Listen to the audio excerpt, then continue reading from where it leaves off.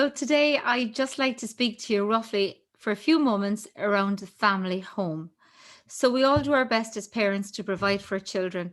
And as a parent of a child with additional needs, we always have to have, of course, the security of having food on the table, warmth, and a roof over our heads. And this is only a basic need.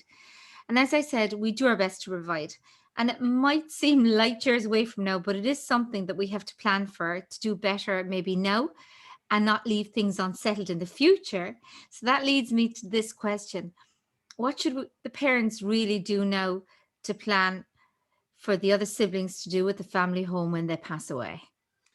Yeah, the family home is a very important decision and a very important thing to think out. And why I say that is because your family home is probably going to be your most valuable asset when you do pass away. So it's so important. Now, the one thing and the thing that I've stated straight away is make sure you do not cut your child with additional needs out of the family home. And that's advice you might get from solicitors and stuff. And again, not too sure why they do this, but again, under no circumstance do that. Always make sure your child gets at least their equal share of the house. And the other thing then you got to figure out going forward, what's going to happen to the family home when you do pass away? Are you planning to sell it? Are you planning to hold on? Do you actually want your child to live there? So these are all things you need to sit down, discuss, and have, and obviously plan in place for living arrangements going forward. And Alan, what percentage of the share would you want to leave then for your child with additional needs? At least an equal share when they're all young. And that's what I always encourage my families. When children are young, and they're all under the age of 18, it'll take an awful lot off of it if both parents passed away for the rearing of them and obviously for their education, all that. So again, everybody gets an equal share. But I'm very much trying to encourage my parents then, the older parents whose children then have grown up, moved away, and then obviously we have the child with additional needs probably still living at home. Then I'm very much encouraging then that at least, an equal share, if not a larger percentage of the house, which it will be, as I said, the most valuable asset left to the trust. Now, that's not cutting out the other children. What we're trying to do there is just make sure there's a much better, well-funded trust for that child, because the more funds in there, the more financially secure they are, obviously the less reliant they're on their brothers or sisters, and the best, I think, for everybody on that side. And actually, Alan, can you leave the house to the child?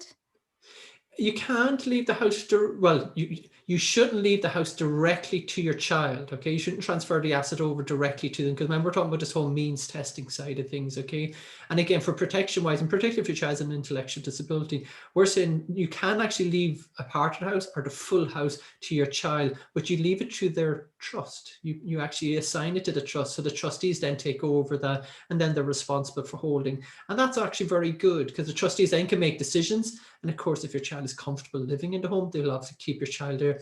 If the house is unsuitable or it's too big or it's too hard to keep maintained, then they may want to sell it then at that stage and obviously buy a more suitable accommodation for your child. Okay, and if your child is living in residential care, then should you still leave a share of the family home to them? Yes, without a shadow of a doubt. Again, I think parents are very much, I think innocent in a way, thinking that if their child's going to live with, say, the HSC residential providers or somebody or community living, that their needs are all being met type scenario. And again, we fingers crossed they are, but the reality out there certainly can be that they're not. And parents then wouldn't be aware of things like the long stay charge. So again, they wouldn't even know that if your child is living in, say, and provided services, that they'll actually have to pay and contribute towards those. So again, they might be getting their 203 a week, living at home. That's quite comfortable because you're paying for everything else.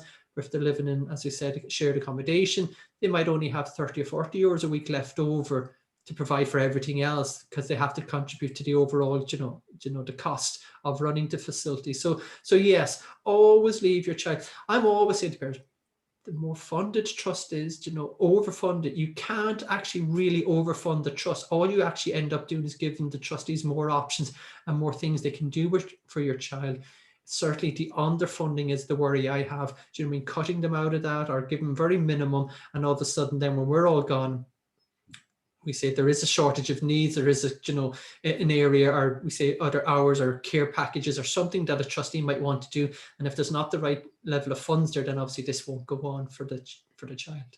And Alan, I just bring you into a scenario there. So you have, say, a boy with additional needs, and the brother is married to another woman, say, and they have their children, and they have a fabulous life, and things like recession hit.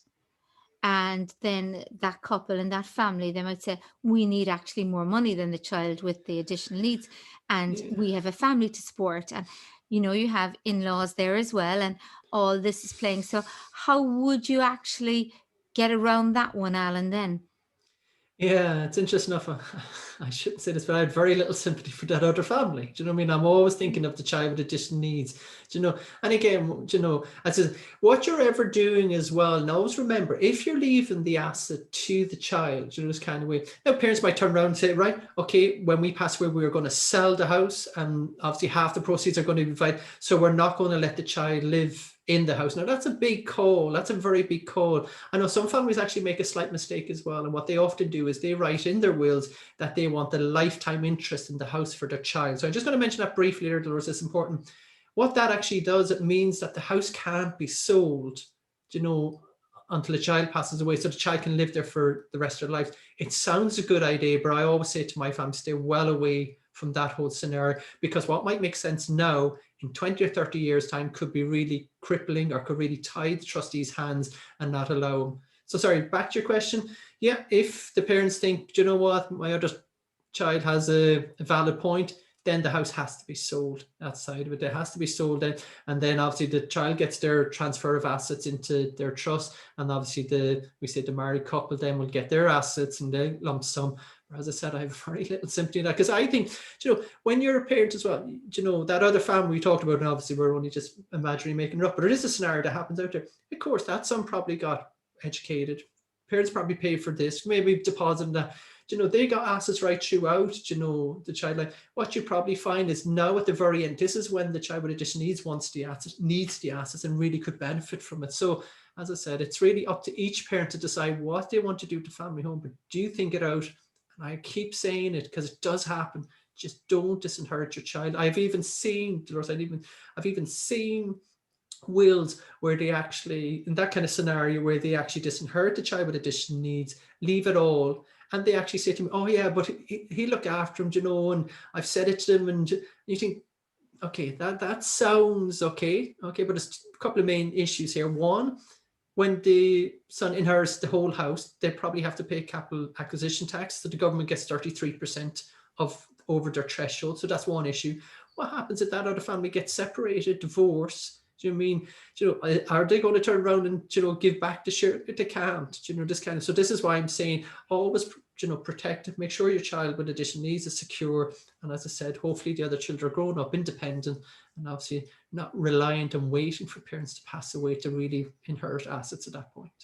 And actually, Alan, listening to you now, isn't it so very important for the parents to have this sorted a long time actually before they get older And have the and conversations have the throughout. Like, conversation? it's something that you don't want them to, the will to be read out. Everybody's passed away, and then they find out that their brother with additional needs is getting all the money. You know, in the sense that, you know, that you're talking to. It's not a love thing. It's not like, oh, I love my child with additional. It's just, and they, no. To be fair, I would say 99% of siblings understand. They don't need to be explained. But we would say, I'd say 99% of in-laws do need to be actually informed and given the information and told why one child would get more than the other, and the whole logic and reason behind it. And actually, it makes a lot of sense, but it's also very important for the parents to keep those communication lines open and to explain why they're doing this. Because, Exactly. as you said, all the siblings will understand, but yet it is so important because, for instance, we have so much that we can do in our lives, whereas a child with additional needs can be very restricted. And to give them little joys in their life that actually may cost a few bob at the end of the day is so Yeah. important for their value of life, isn't it, Alan?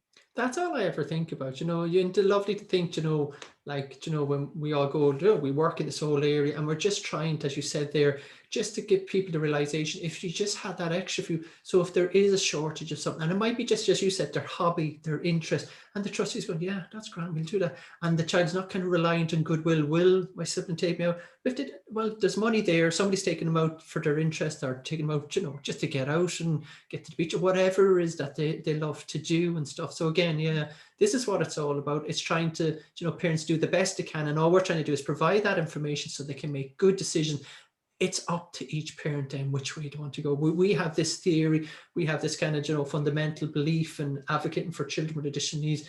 Parents have to make their own call. It's each individual, but I'm hoping, well, I'm certainly wanting everyone to go away from the original thing, which is why I got about this disinheriting your child. Or should they be fine? They don't need much. The opposite. They should be the ones who should get the majority of the estate. They're the ones who should inherit it all at the end. And as I said, then hopefully we all have well-funded trust for kids out there who really have a decent quality of life then going forward. And I think of all the YouTube videos we've done now on that, Alan, I think this is probably one of the most important ones for parents. Yeah, I would think so. Well, like everything, I think parents need to like go look into the other one. Just look into all the more information you have, that's kind of the more conversation you have with your partner, the more you think this out, as I said, the smoother it'll all be towards the end. And as you were saying, have these conversations, have these appropriate times and different, and it is sometimes hard to have, but again, it's best to have them now as you go along with your guardians, with your trustees. And as I said, then hopefully then we're talking about a smoother transition when you do go, and obviously still a good, decent quality of life for your child. Okay, well, Alan, thank you very much for that. It's very interesting as always. And we shall talk again. Okay, Dolores, Thank thanks. you. Bye Bye now. bye.